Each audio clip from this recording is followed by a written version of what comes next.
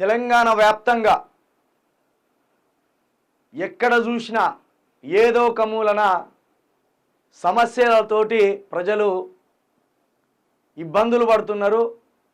ఇంకా ముఖ్యంగా హైదరాబాద్ ప్రజలైతే కంటి మీద కునుకు లేకుండా బతుకుతున్నారు. బస్తీల్లో ప్రజలు హైడ్రా పేరుతో అన్నం కూడా తినలేని పరిస్థితిలో ఉన్నారు. ప్రస్తుతం తెలంగాణ పరిస్థితి చూస్తే సీత లాంటి కష్టాలు మొదలైనవి. రాముడు రాడు, రాక్షసుడు ఇడిచిపెట్టాడు అన్నట్టు ఈ తెలంగాణకు కాంగ్రెస్ ఒక పీడకలలా వచ్చిపడ్డది. ఇది ఓదు, రావలసిన కేసీఆర్ వచ్చి సమస్యలను పరిష్కరిస్తలేడు. అట్లున్నది ప్రస్తుతం పరిస్థితి. ఎందుకంటే నిన్న ఒక వృద్ధురాలు గుళ్ళో దేవుని లెక్క కేసీఆర్, మేము చెప్తినలేదు, మాకు పెద్ద కొడుకు లెక్క కేసీఆర్, మాకు తండ్రి లెక్క కేసీఆర్ అని నిన్న బాధితులు వాళ్ళ ఆర్తనాదాలు చూస్తుంటే నిజంగా ఈ తెలంగాణ ఏం కోల్పోయింది? సర్కారును పడగొట్టి కొత్త సర్కారును తెచ్చుకొని ఈ ప్రజలు ఏం సాధించుకున్నారు కొత్తగా అంటే ఏం లేదు. కాంగ్రెస్ చేయి గుర్తు అన్నట్టు ఇట్లా పెడితే ఇది కాస్త అభయాస్తమేమో అనుకున్నారు అందరూ. కానీ అది తీరా చూస్తే శూన్యాస్తంలాగా అయిపోయింది. భరోసాకు బదులు భయంతో చంపుతున్నారు ప్రజల్ని. సంక్షేమానికి బదులు ప్రజల జీవితాల్లో వెలుగులు లేకుండా చిమ్మన చీకట్లోకి నెట్టేసిన పరిస్థితి. అందుకే నిన్న ఒక తల్లి ఏడ్చుకుంటా పెట్టిన వీడియోని మనము ప్లే చేయలేం. కానీ ఈ తల్లే ఇక్కడ మీరు మన thumbnail లో చూసుకోవచ్చు. ఆ తల్లే కేసీఆర్ గుళ్ళో దేవుని లెక్క, రావయ్య కల్వకుంట్ల చంద్రశేఖర అని ఆ తల్లి కన్నీరు పెడుతున్న విషయాన్నే ఈ తెలంగాణ ప్రజలకు తెలియజేయాలనే ఉద్దేశంతో అట్లా పెట్టినా. ఇక కొంతమంది కాంగ్రెస్ వ్యక్తులు నాకు ఫోన్ చేసి, నువ్వు బీఆర్ఎస్ లీడర్వా, కేసీఆర్ని మోస్తావా, కేసీఆర్కు భజన చేస్తావా అంటాడు.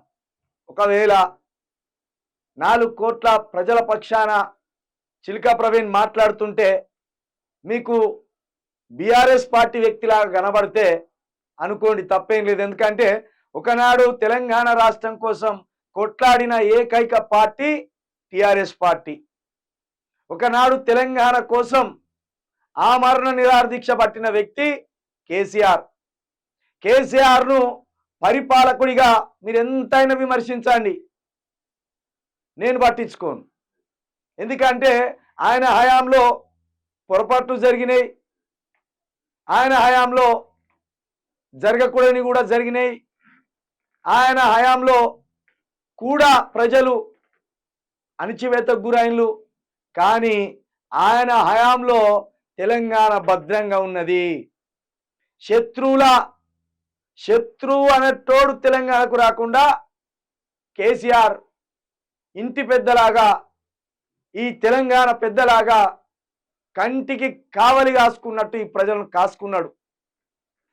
ఆంధ్రోలను ఇబ్బంది పెట్టలేదు, తెలంగాణ ప్రజలకు భరోసా ఉన్నాడు. హైదరాబాద్ వైపు ఇంకెవడు కన్నెత్తి చూడకుండా చేసిండు. హైదరాబాద్లో మురిక్కాలువల పక్క కట్టుకున్న కొంతమందిని సామరస్య పూర్వకంగా మాట్లాడి ఇంకో చోటికి పంపించిండు. టిఆర్ఎస్ ప్రభుత్వంలో ఉన్నప్పుడు కూడా కొన్ని ఇబ్బందులు జరిగినాయి. కానీ ఇట్లా కంటి మీద కునుకు లేకుండా ప్రజలు బాధపడలే.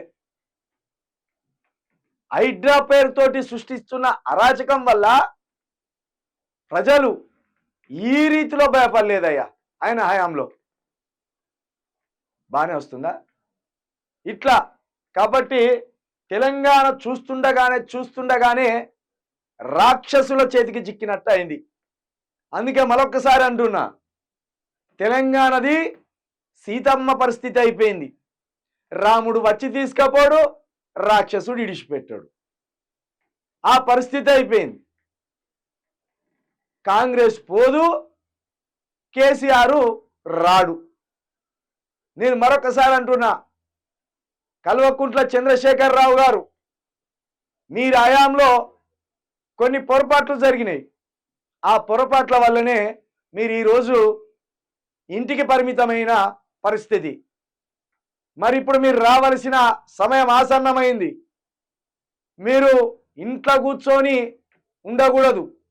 ఈ ప్రజల కన్నీళ్లు తీర్చవలసిన బాధ్యత మీ మీద ఉన్నది. ఈ ప్రజల కష్టాలను తీర్చవలసిన బాధ్యత మీ మీద ఉన్నది. మీరు మాట్లాడితే హైదరాబాద్లో ఏం జరుగుతుందో ఈ దేశం మొత్తం తెలుస్తుంది. మీరు గొంతిప్పితే ఈ ప్రజలకు భరోసా వస్తుంది. మీరు ముందొచ్చి నిలబడితే ఈ ప్రజల బ్రతుకు తెరువు కనబడుతుంది. మీరు ఒక్కసారి హైడ్రా మీద కావచ్చు, మూసి బాధితుల మీద కావచ్చు, మీరు గొంతెత్తి మాట్లాడితే ప్రపంచవ్యాప్తంగా అది ప్రతిధ్వనిస్తుంది అనేది మరొకసారి మేము చెప్పదలుచుకున్నాం.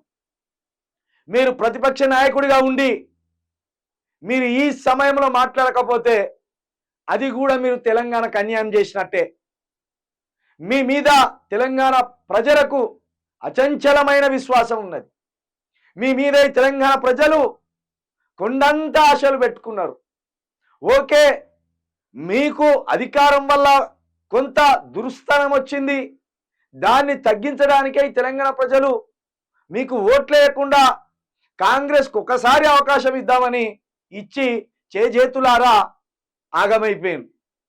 మీరు అదే ఇంకా దృష్టిలో పెట్టుకొని మీరు ప్రజల మధ్యకు రాకుండా ఫామ్ హౌస్కే పరిమితమైతే మా తెలంగాణ ప్రజల జీవితాలను మరింత కష్టాల్లోకి నెట్టేసిన వారైతారు. కాబట్టి చంద్రశేఖరరావు గారు, మీరు రావాల్సిన సమయం ఆసన్నమైంది. ఇది రైట్ టైం, ఇది చాలా రైట్ టైం. మీరు వచ్చి కాంగ్రెస్ మీద యుద్ధం ప్రకటించవలసిన అవసరం ఉన్నది. ఇన్ని కష్టాలు జరుగుతున్నా, ఇన్ని నష్టాలు జరుగుతున్నా, మరో ప్రతిపక్షంగా ఉన్న బీజేపీ మాట్లాడకపోగా, కేంద్రంలో ఉన్న మోడీ అమిత్ షాలు వరద బాధితులకు సాయం చేయకపోగా, పైగా ఇక్కడ జరుగుతున్న కుట్రలను, ఇక్కడ జరుగుతున్న స్కామ్లను, ఇక్కడ జరుగుతున్న సమస్యలను ఏమాత్రం పట్టనట్టు వాళ్ళు నిమ్మకు నీరెత్తనట్టు చూస్తున్నారు. కాబట్టి ఈ తెలంగాణకు మీరే పెద్ద దిక్కు కాబట్టి, ఈ తెలంగాణకు మీరే దేవుని లెక్క కాబట్టి తప్పకుండా మీరు రావాలి, మాట్లాడాలి. ఈ సమస్యలను పరిష్కరించే దిశగా మీరు ఈ కాంగ్రెస్ సర్కార్ మీద యుద్ధం చేయాలని మరొకసారి మేము మనస్ఫూర్తిగా మిమ్మల్ని కోరుతున్నాం. మీరు పరిపాలకుడిగా లోపాలు ఉండొచ్చు, లేకపోతే ప్లస్లు ఉండొచ్చు, కానీ తెలంగాణ పెద్దగా మాత్రం మీదే ప్రాధాన్యత. తెలంగాణ ఉన్నంత కాలం కేసీఆరే ఈ తెలంగాణకు పెద్ద దిక్కుగా కనబడతాడు. మీరు ఉన్నా లేకున్నా ఈ తెలంగాణ అంటే కేసీఆర్ అంటే తెలంగాణ అనేంతగా బంధం మీకు తెలంగాణకు పెనవేసుకున్నది. దీన్ని దయచేసి మీరు విస్మరించొద్దు. ఈ తెలంగాణ ప్రజల కష్టాలను తీర్చడానికి, వాళ్ళ కన్నీళ్లను తీర్చడానికి ఒక పెద్దన్నలాగా, ఒక పెద్ద కొడుకులాగా ఈ తెలంగాణకు దేవుని లెక్క రావాలని మరొకసారి మిమ్మల్ని మేము మనస్ఫూర్తిగా కోరుతున్నాం.